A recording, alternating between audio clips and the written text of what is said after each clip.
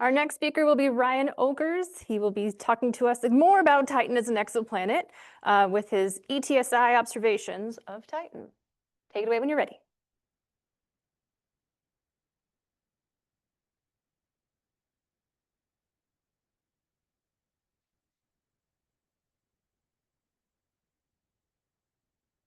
Great. Good morning, everybody. So my name is Ryan Oelkers. I'm an assistant professor at the University of Texas Rio Grande Valley. I'd like to thank the organizers for giving me a chance to talk to you today about a neat little instrument that we've been using over the past couple of years out at McDonald Observatory. It's certainly nice to be in Tucson, coming from Brownsville, Texas. This actually feels like a nice relief in the weather for me. So it's kind of a fun way to think about it. But what I wanted to mention today is that a lot of the work that we've been doing in the past 20 years or so, particularly in exoplanets, isn't necessarily novel in a sense that even though, yes, we have a huge amount of time series observations, we've always been looking at the sky more than once, right? I don't think I know a single astronomer who looked up to the sky once and you said, you know what, I think I'm good. I don't actually need another observation. I like to joke that I call those people theoretical physicists. But what's different now is that we are actually able to take a lot of the methods that we were using, similar to even, looking at things like the moons of Jupiter around Jupiter, to really push what we know about things, particularly in exoplanets. And I think probably the most important method that has been used to really push sort of time series forward and make astronomy a production line science is the transit method. So of course, this is as a planet moves in front of its host star. If you have a good enough alignment with the observer, you'll see a noticeable drop in brightness, which could indicate something like a planet. And as we heard yesterday multiple times, we've now pushed into sort of many thousands of known confirmed planets, which is great. And we've actually been able to take this method of the transit method and push it even further and to use something is known as transmission spectroscopy. So this is this idea that if you actually look at the transit using different wavelengths of light, depending on the depth of that transit at different wavelengths, it could tell you something about a possible atmosphere around that planet, which is pretty neat. Now, I should mention that this isn't necessarily an easy thing to do. The signals that you're looking for in transmission spectroscopy are typically pretty small. And so that has required a lot of astronomers either to use very large telescopes from the ground or to use space-based observatories. And to complicate things further, if you do, or you try to do like population studies of these exoplanet atmospheres, and a lot of times when you look sort of across a global population, you don't see a lot of trends that exist based on a lot of either characteristics of the host star or the host planet. So because this is a difficult thing to do, the team that I've been working with have been trying to think if there's a way that we can do this a little bit cheaper, more cost-effective from the ground.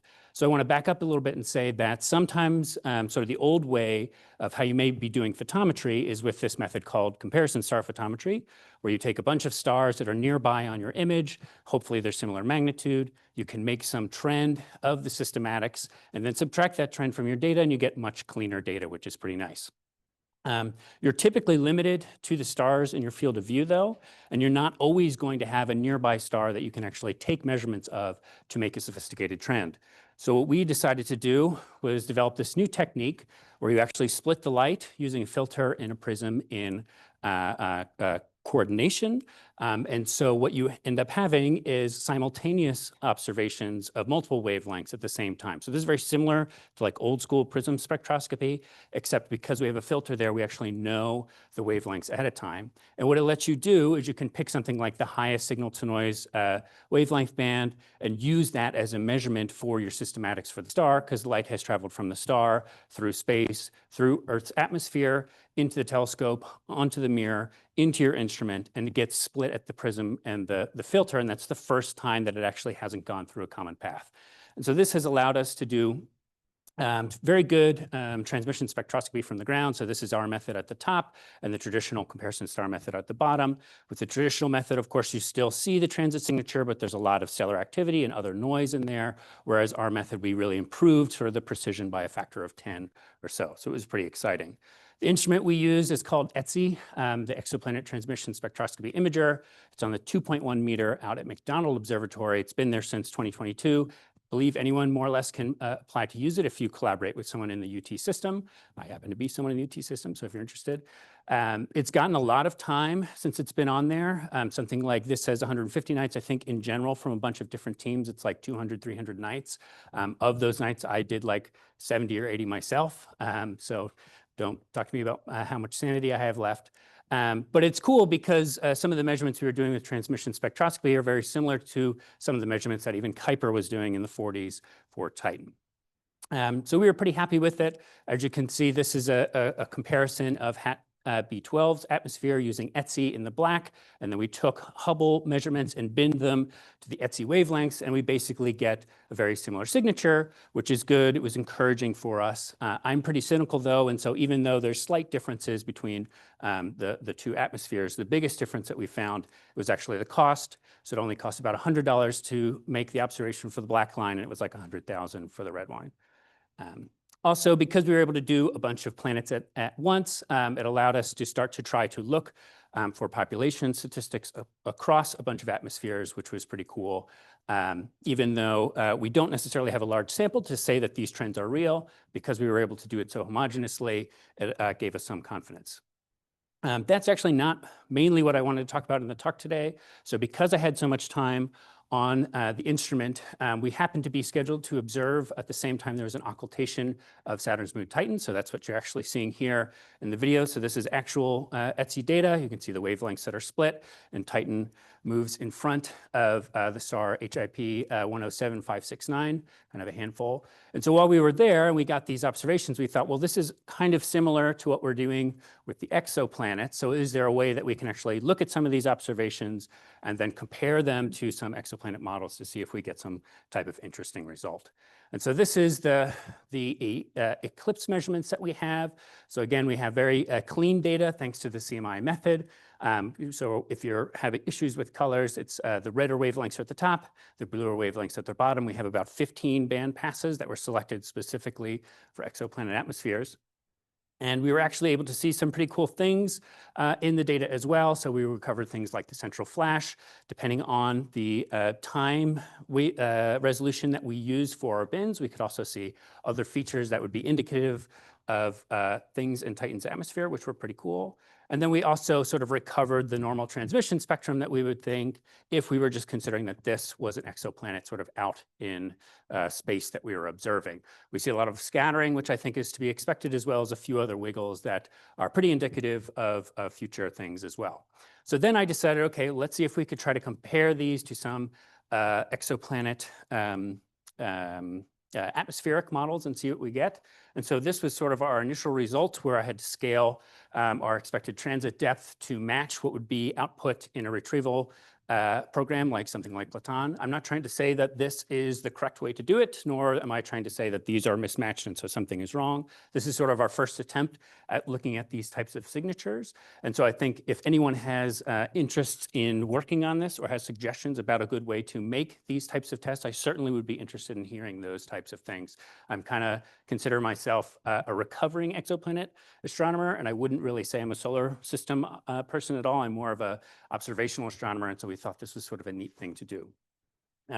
So in the future, really, we need to kind of think about how we could improve some of these measurements for other solar system objects. There's a lot of nuance that goes into these measurements, because this occultation measurement includes not only the starlight going through Titan's atmosphere, it also has things like the reflected solar light off of Titan's surface, so it's atmosphere. So it's a little bit of a complicated measurement to make. I will just say that a lot of other groups have actually used ETSI already to look for different things. So we also have occultation measurements of Uranus that were take place earlier this year. Because ETSI uses a CMOS detector, we can get really good sampling. So we're down at like something like 20 hertz or something, an immediate readout, which is pretty cool. We can see things like the ring crossings as well in the Uranus observations, which are great. So I'll end there and just say that ETSI we think is a great tool if you are particularly interested in doing color observations of any type of astrophysical object.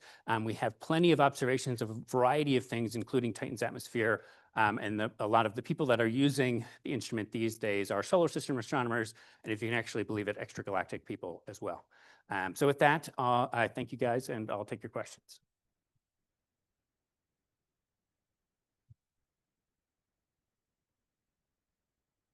Questions for Ryan?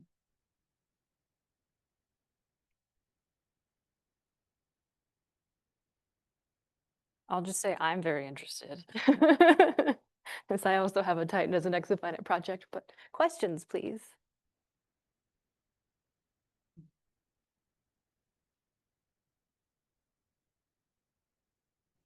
Hello, this is Lee from Gemini Noir Lab. Very nice talk. I just want a clarification. Maybe I missed it. CMI is really cool, but you mentioned it helped mitigate stellar activity. Can you say a bit more about that?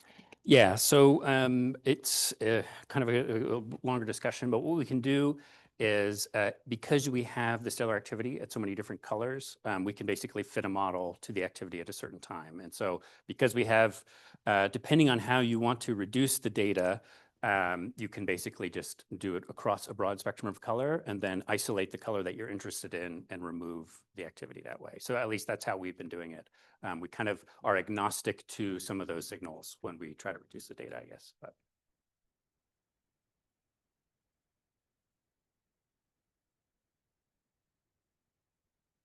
More questions?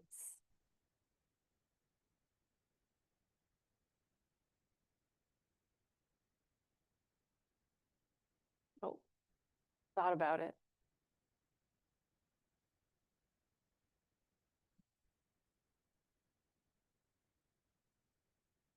Wonderful work. Congratulations. Have you looked at the noise budget for the instrument, and what are the main factors that influence the precision that you're able to achieve? Yeah, so far we've really only noticed that there's two things. We're pretty good at pushing down to the photon limit for bright objects in general. The biggest issue is actually the background. So because we're splitting the light, you're basically getting every single background light at every single position on all of the detector.